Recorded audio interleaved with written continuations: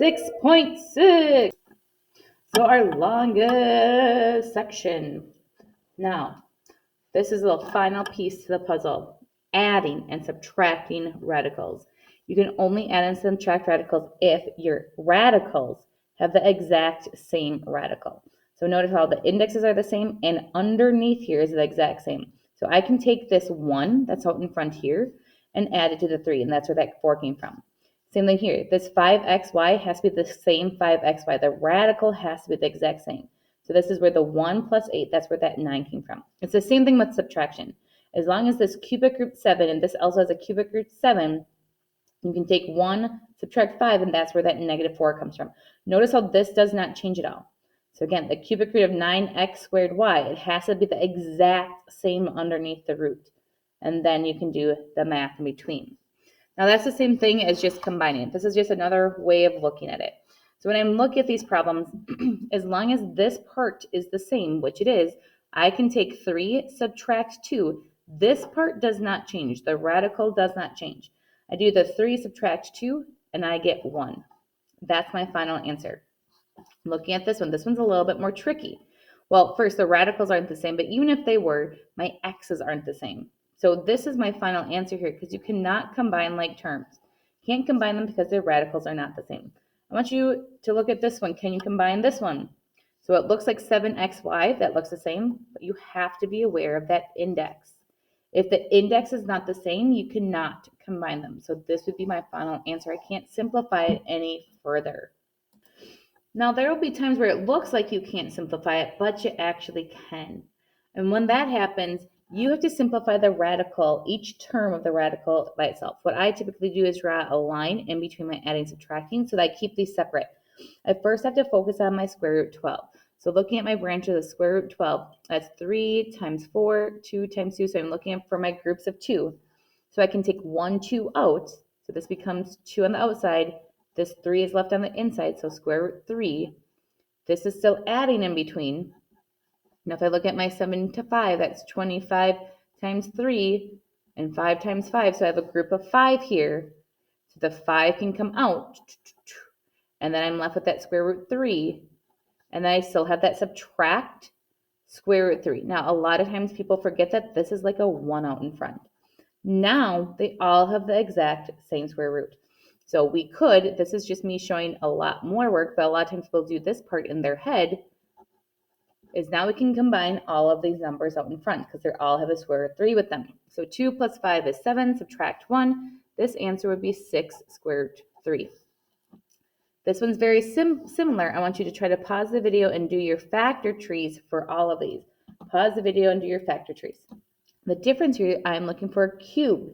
So I'm looking for groups of 3. So here's a group of 3 here.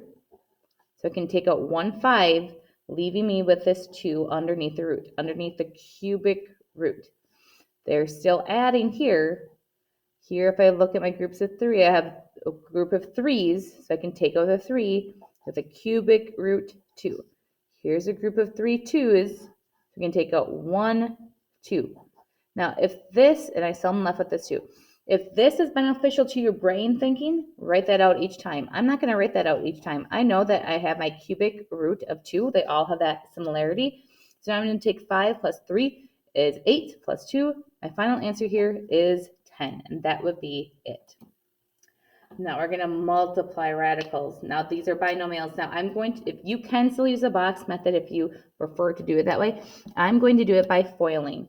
First, outside, inside, last. So there's going to be 4 terms here. So I'm going to already write out my 4 terms so you can see what I'm multiplying.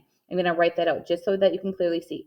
My first is 4 times 5. So I'm going to write that down here so you can see where these numbers are coming from. So that's 20. My outside is 4 times the 4 square root 2. Now when you multiply 4 times square root 2, only the 2/4 is multiplied. This is not underneath the root. And I'm adding, it's a positive number, so I'm going to have a plus. So this becomes 16 square root 2. Then I do my inside. So I multiply 2 square root 2 times 5. Now both of these are not underneath the root, so this becomes plus 10, and then I still have a square root 2 there. And then I have my last, my 2 square root 2 times 4 square root 2. 2 square root 2 times 4 square root 2. Now I can multiply the 2 times 4. That will give me 8. Both of these are underneath the root, so I multiply those two together. I get square root 4. Now I can combine like terms. This term, though, I'm going to over here rewrite this. Your thinking process is, oh, the square root of 4 is 2. So I could rewrite that as 2.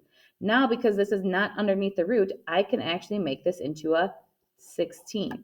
So this becomes 20 plus 16 square root 2 plus 10 square root 2 and then plus 16 because of this right here.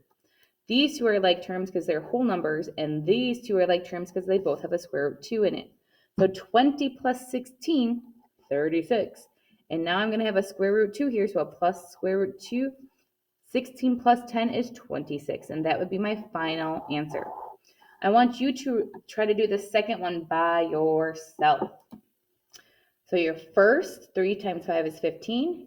Your outside 3 times square root 7 is positive 3 square root 7. Your inside was a negative 1 because the subtraction is like a negative 1 here.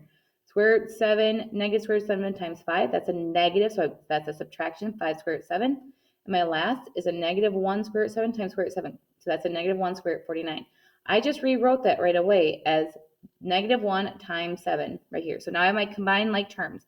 15 take away 7 would be 8. And then I have 3 minus 5 would give me a negative 2 square root 7. And that's my final answer. Now we're getting into multiplying with conjugates. This is not the first time you heard conjugate. We've done it with imaginary numbers. These are conjugates. So I want you to pause the video and I want you to multiply this out right now, just like we did in the last problem.